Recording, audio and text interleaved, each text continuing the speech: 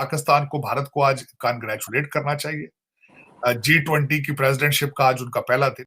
भारत जाते हैं ट्रीटमेंट के लिए और वो भी सबको मालूम है, वैक्सीन भी आई है। यही चीज आगे एक्सटेंड होगी और हम जो है यही एक्सपेक्ट करें भारत से कि वो आगे जाके, क्योंकि हमारे यहाँ सर फ्लड है, हमारे यहाँ लोग बहुत परेशान है। पाकिस्तान अगर चाहे और कहे तो भारत की तरफ से कोई मदद आ सके। उन लोगों का तो कोई कसूर नहीं। पाकिस्तान में इस वक्त भी बहुत से लोग ऐसे हैं, मैं कहूंगी 50% से ज्यादा लोग ऐसे हैं जिन्हें भारत से कोई प्रॉब्लम नहीं है।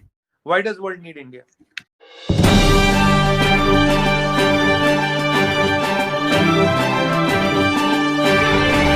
पाकिस्तान को भारत को आज कांग्रेचुलेट करना चाहिए।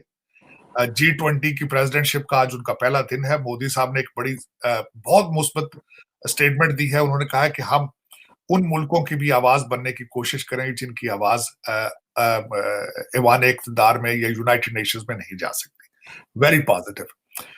मैं समझता हूं, मैं आज सुबह एक डिस्कशन में बैठा था तो किसी ने कहा कि पाकिस्तान को मुबारक देने का क्या फायदा। मैंने कहा पाकिस्तान को ना मुबारक ना देने का क्या फायदा। अगर पाकिस्तान मुबारक दे तो हो सकता है कि वो आपको कुछ प्रोजेक्ट्स में इंक्लूड कर ले।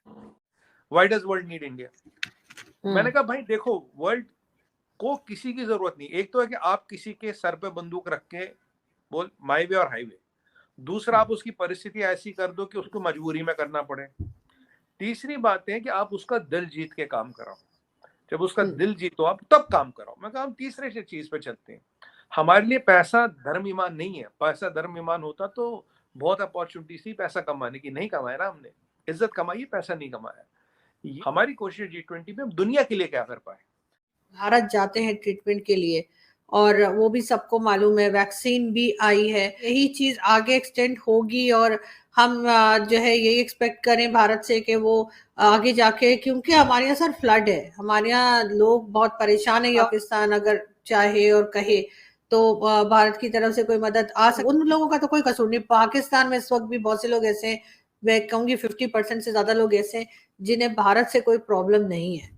दाएं बाएं वालों दोनों को कह रहा हूँ। देखिए, खैर अब तो G20 में नहीं है, जो हमारे दूसरे नेबर हैं उनको मैं कह रहा हूँ। मतलब उन्होंने क्या किया अभी आपने देखा एक और चीज, आपने देखा गोंगजू में क्या हो रहा है, आपने देखा चाइना में क्या हो रहा है। जब मैं कहता था चाइनीज वैक्सीन फर्जी है, कोई मानता नहीं था। अब तो वहां वो जो आइसोलेशन टेंट है उनको ही आग लगा रहे लोग निकल रहे हैं। हम नहीं कह रहे हैं, अब तो लोग कह रहे हैं ये बात कि भाई ये सब नकली हो रहा है, सब फर्जीवाड़ा हो रहा है। एक तरीका ये, और यही वैक्सीन आपको याद है, यही वैक्सीन दुनिया भर में बांटी जा रही थी 2 बिलियन के लोन के साथ।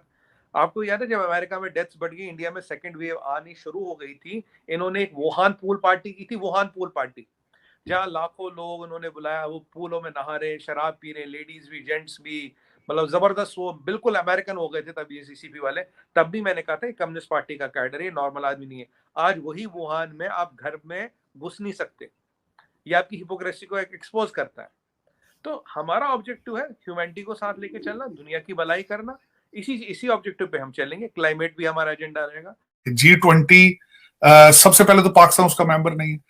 ये डेफिनेटली मैं ये समझूंगा कि G20 की अगर मेंबरशिप भारत के पास आती है तो उनको, और उन्होंने बात की भी है इनडायरेक्टली कि जिन कंट्रीज की कोई आवाज नहीं जाती, कहां पहुंचती, हम उनको लेंगे। और बहसीते नेबर उनको चाहिए कि इंक्लूसिव पाकिस्तान, बांग्लादेश, नेपाल, भूटान, इनको साथ सबको इंक्लूसिव रखें वो। और मेरे ख्याल में शायद रखें भी वो। लेकिन उसमें मुबारकबाद देने के फायदे हैं, बल्कि मुबारकबाद ना देने का कोई फायदा नहीं है। This is how I see it. तो दैट उस अप्रोच के जरिए मैं समझता था कि अगर मुबारकबाद दें तो may be the Bharat include Pakistan in the future.